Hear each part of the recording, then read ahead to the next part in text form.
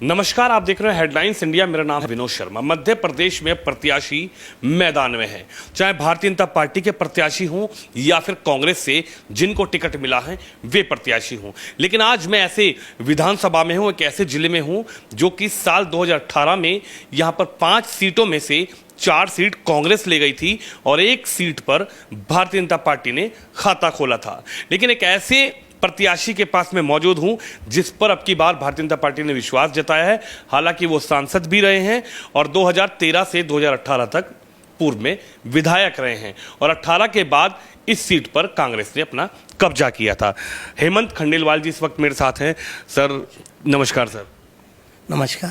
Sir क्या कहेंगे, अब पार्टी ने एक बार फिर विश्वास जताया है। हालांकि 13 से 18 आप विधायक रहे, उससे पहले आप सांसद भी रहे, लेकिन अब जनता के बीच जाना है। लग रहा है कि जनता अब की बार फिर से चुनेगी और अब की बार सीधा विधानसभा भेजेगी। जनता के बीच में अभी नहीं जाना। मैं चाहे विधायक रहूं नहीं रहूं, मैं लगातार जनता के बीच में बना रहता हूं। उनके सभी काम जो मेरे स्तर के रहते हैं, जो राज्य स्तर के रहते हैं, उन्हें पूरा करने का मैं भरपूर प्रयास करता हूं। क्या कहेंगे सर, किस तरीके से देखते हैं? यहाँ पर डैम की बात हुई, मैं जब फील्ड में निकला, जब लोगों से मैंने बात की, पानी की व्यवस्था की बात हुई, यहाँ पर स्वास्थ्य की बात हुई। अग्रसर होकर कई लोगों ने आपका नाम लिया कि हेमंत खंडेलवाल जी ने करवाया। आप ना पद पे रहते हुए भी, ना विधायक होते हुए भी, किस तरीके से आपने योजनाओं को यहाँ लागू करवाया? देखिए, मैं जब विधायक था उस समय बैतूल की सिंचाई के मामले में स्थिति बहुत ख़राब थी। हमारे यहाँ सांपना से बड़ा कोई डैम नहीं था, लेकिन बैतूल से निकलने वाली सारी बड़ी नदियों पे गुजरात में डैम थे, महाराष्ट्र में डैम थे, लेकिन बैतूल में नहीं थे। मैंने पारसडो जैसा 20,000 हेक्टेयर का, घोघरी लगभग 12-13 हज़ार हेक्टेयर का, मैंने गढ़ा डैम स्वीकृत कराया, मैंने मेंढा डैम स्वीकृत कराया, मैंने निर्गुण कराया मेरे विधायक साथियों के साथ। और मुख्यमंत्री शिवराज जी के आशीर्वाद से 70 साल में जितना काम हुआ उससे 10 गुना ज़्यादा काम मैंने 5 साल में करने का प्रयास किया। सर अगर बात की जाए, जब आप विधायक थे, एक मेडिकल कॉलेज की भी बात चर्चा चल रही है, एक जो जिला स्तरीय हॉस्पिटल है उसकी भी बात चल रही है। तो जब आप विधायक थे तब किस तरीके से आपने काम किया और जो जनहित की योजनाएं हैं वो क्या क्या योजनाएं आप लेकर आए थे? हालांकि 2018 में विधायक यहाँ चेंज हो गए, आप किन योजनाओं को लेकर आए और किस तरीके से उन योजनाओं का लाभ जनता को मिला? देखिए, 1970 में जो बैतूल का हॉस्पिटल था वो कवेलू और बहुत ही जीर्ण शीर्ण हालत में था। मैं जब विधायक बना तो राज्य सरकार से 20 करोड़ रुपए स्वीकृत कराए, लगभग 250 बेड का हमने नया हॉस्पिटल बनाया, हमने ट्रामा सेंटर भी बनाया।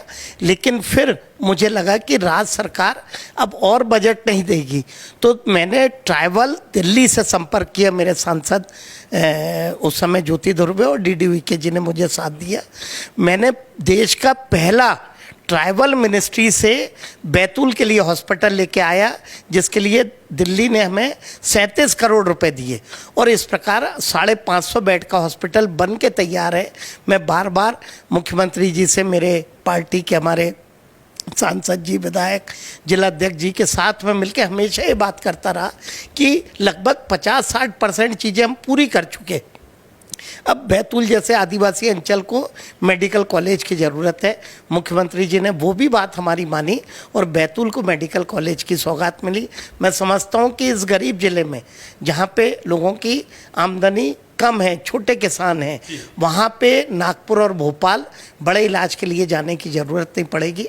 और सभी को पहले से भी हमने हेल्थ की सुविधा को अच्छा किया और आने वाले समय में मेडिकल कॉलेज के कारण महानगरों जैसा इलाज बैतूल में हो पाएगा। क्या मानते हैं कि अगर यहाँ विधायक भले ही कांग्रेस के रहे हों, लेकिन भेदभाव नहीं किया मुख्यमंत्री ने, भेदभाव नहीं किया आपकी सरकार ने, एक रोड का जाल आपने बिछाया, उसको किस तरीके से बताएंगे? हाईवे आपके यहाँ से 4-4 लेन के निकल रहे हैं।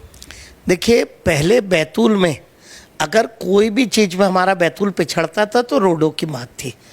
बैतूल नागपुर रोड भी बनी 4 लेन, बैतूल भोपाल भी बन रही है, बैतूल इंदौर भी। मैं गडकरी जी का और सांसद जी का धन्यवाद करता हूँ कि उन्होंने बैतूल इंदौर हाईवे की भी घोषणा की और उसके पास उसका निर्माण कार्य भी चल रहा है। अभी बैतूल परतवाड़ा और बैतूल से लेके खंडवा होते हुए बड़वानी होते हुए सूरत को जोड़ने के लिए 4 लेन का भी सर्वे शुरू हुआ है। बैतूल हर तरफ से हाईवे से जुड़ेगा। जब मैं विधायक था तो नितिन गडकरी जी ने सेंट्रल रोड फंड से पूरे प्रदेश को 700 करोड़ दिए, जिसमें से 250 करोड़ सिर्फ मुल्ताई, भैंसदेई और आमला बैतूल रोड के लिए दिए। हमने बैतूल बाजार बाईपास का भी काम किया और बहुत सारी रोडों के लिए हमने काम किया। जहाँ से फंड मिल सकता था, जैसे स्वीकृति हो सकती थी, उसे करने का प्रयास किया। अब मैं समझता हूँ कि बैतूल हर जगह से अप्रोचेबल है। हेमंत सर, आप विधायक नहीं थे, जनता ने आपको नकार दिया था 2018 के चुनाव में। ये इस जिले की 5 में से 4 सीटें सीधा सीधा कांग्रेस के खाते में गई थी, लेकिन ऐसा नहीं लगा कि अब मुझे क्यों करना है, ये विधायक हैं कांग्रेस के, करके दिखाएं। तो कांग्रेस के विधायक जी ने भी तो कुछ किया होगा। नहीं, मुझे तो नहीं लगता है, क्योंकि वो 5 साल विधायक रहे। शायद एक भी काम उनके खाते में नहीं होगा। उनकी विधायक निधि जो सभी विधायकों को मिलती है, उसके अलावा मैं नहीं समझता हूँ कि एक भी उपलब्धि ऐसी होगी जो वो गिना सके किसी भी फील्ड में। मैं ये पूरी ताकत से ये बात बोल रहा हूँ कि हमारी सरकार में जब मैं विधायक था तब के कार्यकाल और उनके कार्यकाल को जनता खुद कंपेयर करे तो उसे पता लगेगा कि कितना बड़ा गैप है। किसानों की बात आपके ज़िले में लगातार होती है, आपकी विधानसभा में होती है। जब आप विधायक रहे तो किसानों के लिए आपने क्या किया था? हालांकि अब फिर से दोबारा विधानसभा के वोट हैं और आप जनता के बीच पहुंच रहे हैं, जनता के बीच जाना है, लेकिन उपलब्धि उस वक्त क्या थी? किसानों के लिए आपने क्या करके गए थे कि किसानों को उससे लाभ मिला? देखिए, उस समय सबसे पहले बिना पानी के खेती नहीं होती, तो मैंने बड़े बड़े डैमों की सौगात मुख्यमंत्री जी के माध्यम से इस विधानसभा को देने का प्रयास किया। आज हर किसान खुश है। लगभग 130 गांव में हम इन सिंचाई का पानी लेके गए।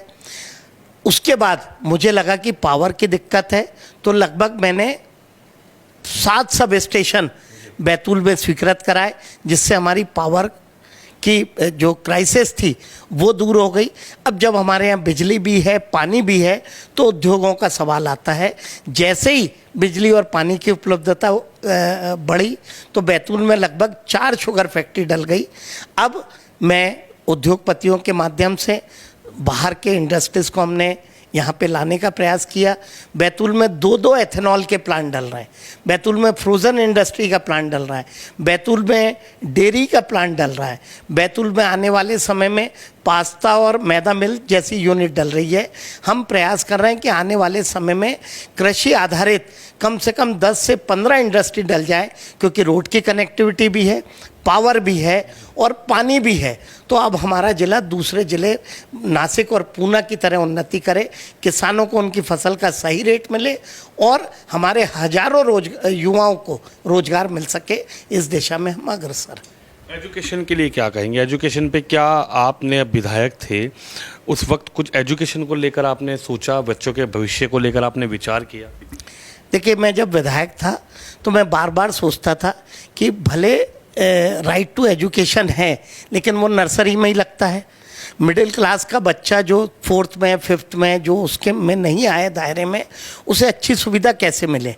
बैतूल ज़िले में 2900 स्कूल है। बैतूल ज़िले में 1,80,000 बच्चे हैं। एवरेज 60 से 70 बच्चे एक स्कूल में पढ़ते हैं, किसी में 200 भी हैं, किसी में 30 भी हैं। लगभग 9,000 टीचर अतिथि और जो रेगुलर मिला के बैतूल में थे, लेकिन उसके बावजूद भी सरकार बच्चों को वो शिक्षा का स्तर नहीं दे पा रही थी जो देना चाहिए। मैंने सरकार के पास एक प्लान रखा। मैंने कहा कि हमें जो CM राइज है उसका नाम हमने समेकित स्कूल दिया था, कि हम बड़े बड़े ऐसे 100 स्कूल बनाएं जिनमें बसेस ट्रांसपोर्ट की सुविधा करें।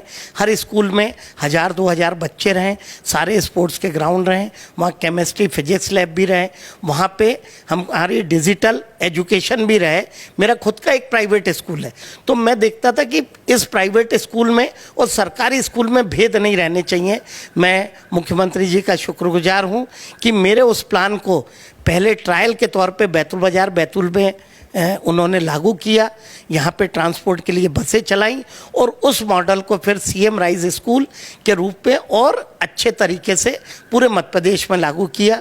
सीएम राइज स्कूल के बाद प्राइवेट और सरकारी स्कूल का भेद कम हो जाएगा। प्राइवेट के स्कूल के बच्चों को अगर अच्छी लैब मिलती है तो यहाँ भी मिलेगी, उन्हें डिजिटल एजुकेशन है तो यहाँ भी मिलेगा, उनके लिए बसेज उनके द्वार पे जाती हैं तो यहाँ भी जाएगी, अच्छे ग्राउंड जो वहाँ है वो यहाँ भी मिलेंगे, क्योंकि जब संख्या ज़्यादा होगी, शिक्षक ज़्यादा होंगे तो विशेषज्ञ विषय विशेषज्ञ भी पढ़ा पाएंगे। और मैं समझता हूँ पूरे देश में ये मॉडल एक उदाहरण के तौर पे मध्य प्रदेश सरकार का जाना जाएगा।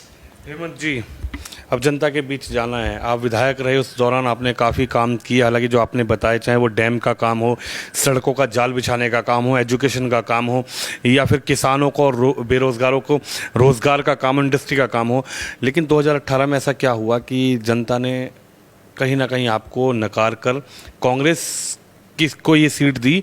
और अब जनता, आप मानते हैं कि जनता पर विश्वास है अब की बार जनता याद करेगी और उन कामों के आधार पर आपको फिर से विधायक बनाएगी? देखिए, जो काम मैं आपको बता रहा हूँ इनमें से कुछ काम उस समय शुरुआत हुए थे, कुछ के भूमि पूजन हुए थे, कुछ आधे में थे, हॉस्पिटल की बिल्डिंग बन रही थी, रोडें बन रही थी। तो मुझे लगता है कि जो काम मैंने किए या जो जिसकी शुरुआत की वो जनता तक मैं पूरी तरह नहीं पहुंचा पाया। कुछ उस समय में विधानसभा में सामाजिक एक मुद्दा आ गया, 2 लाख का कर्जा माफ़ी का मामला था और कई तरह के जिन डैमों में जमीन डूबत गई वहाँ पे कांग्रेस के द्वारा 4 गुना मुआवजा देने की घोषणा की और आज तक उनकी सरकार में भी नहीं दे पाए क्योंकि वो नियम में ही नहीं था, तो उनका झूठ जनता के बीच में आ गया।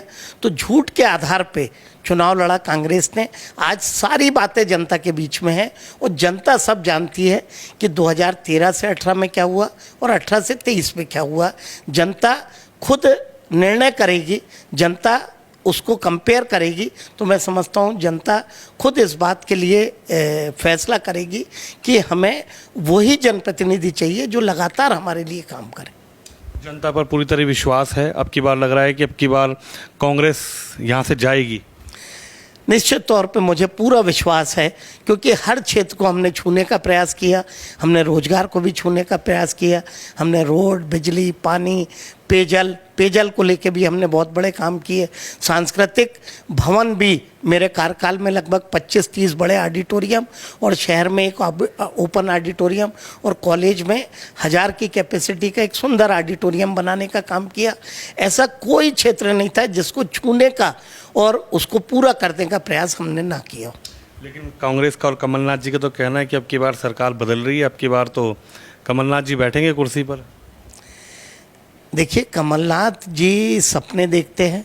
जब वो 1.25 साल मुख्यमंत्री थे तो उन्होंने संबल बंद कर दी। एक गरीब का एक्सीडेंट होता था तो उसको 4 लाख रुपए मिलते थे, वो योजना बंद कर दी। बेरोजगारों को कहा कि 5,000 रुपये हम आपको बेरोजगारी भत्ता देंगे। हमारे दूध उत्पादकों को कहा कि हम आपको बोनस देंगे। बिजली के बिल बढ़ गए, उन्होंने कर्ज माफ़ी की बात की थी, वो भी नहीं की। हमारे जो डैम में जिन लोगों की ज़मीन गई उनकी 20% गाइडलाइन और कम कर दी। तो मैं नहीं समझता हूँ कि कमलनाथ कोई भी चीज़ को लेके जनता के बीच में जाएंगे। इसलिए आप देखते हो कि शिवराज जी लगातार जनता के बीच में रहते हैं और कमलनाथ जी सिर्फ कांग्रेस ऑफिस से ही अपना दल चलाते हैं। पार्टी ने आप पर विश्वास जताया, पार्टी के लिए क्या कहना चाहेंगे? मैं भारतीय जनता पार्टी का कृतज्ञ हूँ। हमारे मुखिया शिवराज जी, हमारे प्रदेश अध्यक्ष विष्णुदत्त जी शर्मा का मैं धन्यवाद करता हूँ कि पूरी टीम ने, हमारे नरेंद्र सिंह जी हमारे प्रदेश के प्रभारी हैं, सभी लोगों ने हम पे विश्वास किया है।